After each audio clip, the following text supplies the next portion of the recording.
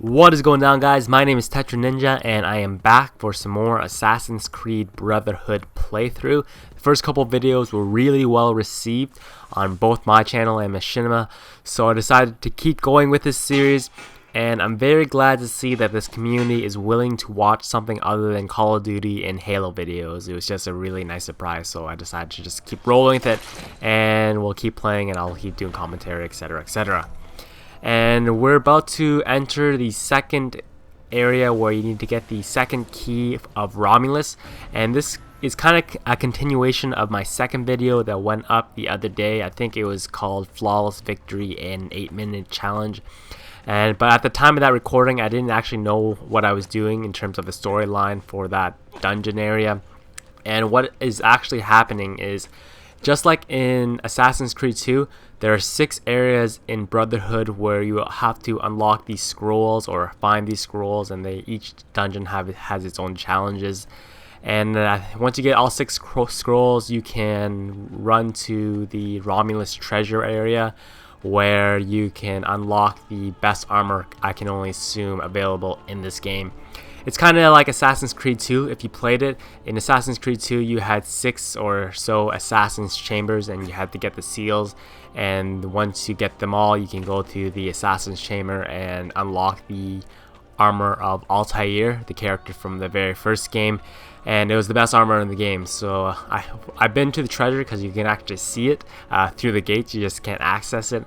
And it looks pretty badass, so I'm really looking forward to getting it, because as of right now my armor is a piece of shit and I don't like it.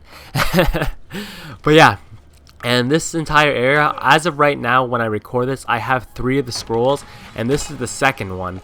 I'll record the next one later, but the second one is very, very difficult because the entire thing is a gigantic maze and labyrinth, and it's another 8-minute challenge, and there are enemies at the very end, so it kind of slows you down.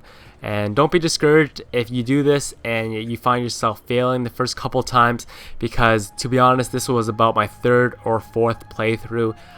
It's very easy to get lost throughout this entire thing, just because, like I said, it's a gigantic maze, so unless you don't know where you're going, then you'll get lost frequently. And a good indication if you're going the right way is if you see like I did, that person run by you. It means that you're on a good path right there. And like I said, this is the second one, the second scroll area. For some reason I got the 3rd scroll before I got the 2nd scroll. I think it really doesn't matter what order you do them in, and for some reason this challenge or this dungeon was a lot more difficult than the 3rd one. Like I said, just do it a couple times, remember the pathways, and you should be good. It's just a matter of muscle memory and making your fingers react to what your mind is trying to tell you, if that makes sense at all.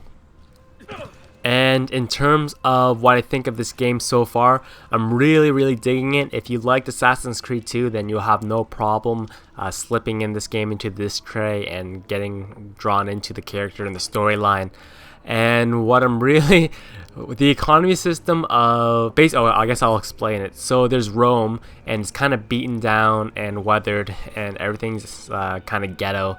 So you're in charge of rebuilding it, rebuilding buildings, using your money to invest in areas.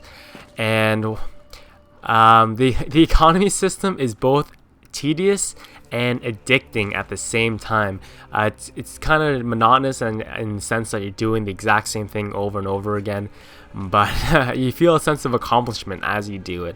So I don't know, it's kind of a double standard, I guess. So yeah, and I think I get lost around here, so just bear with me for a second. And as you can see right there, in close quarters where the controls become somewhat important, you do find yourself just climbing up walls randomly. Same thing happened in Assassin's Creed 2, and the best comment I got from the last video was this game is basically Assassin's Creed 2.5. So, and I completely agree with that.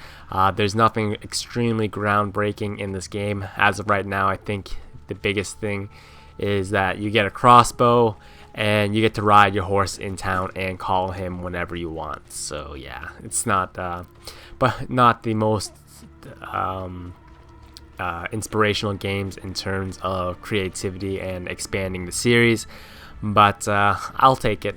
It's still really fun, and I'm still on this first-person shooter break that I told you guys about last time, and single-player games is where it's at for me as of right now.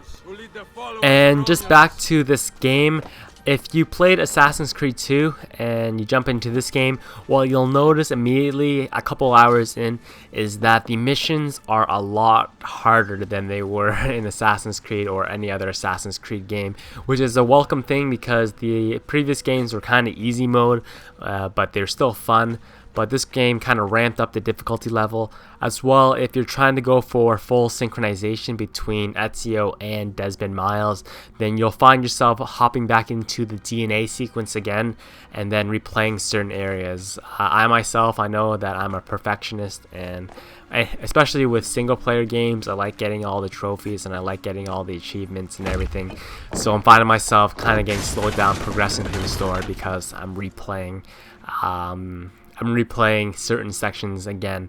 But that's good opportunity when I replay those sections to record, because then I'm not running around like an idiot and you're watching me basically yelling at the screen saying, what the hell is he doing? He's been standing in the same spot for the last 5 minutes. So it's a good opportunity to first off work on achievements and getting full synchronization, as well as recording for these videos for you guys to watch. So look, because I know exactly where I'm supposed to go and I know exactly what's gonna happen, and which is the main problem of trying to do a live commentary on your very first play, which I said in the very first video. It's almost impossible to do that and try to maintain attention to both things and constantly talking. So yeah, and once I think I got lost right here. Yeah, this was the only time that I got lost in this entire run through because it was at the very end of the video.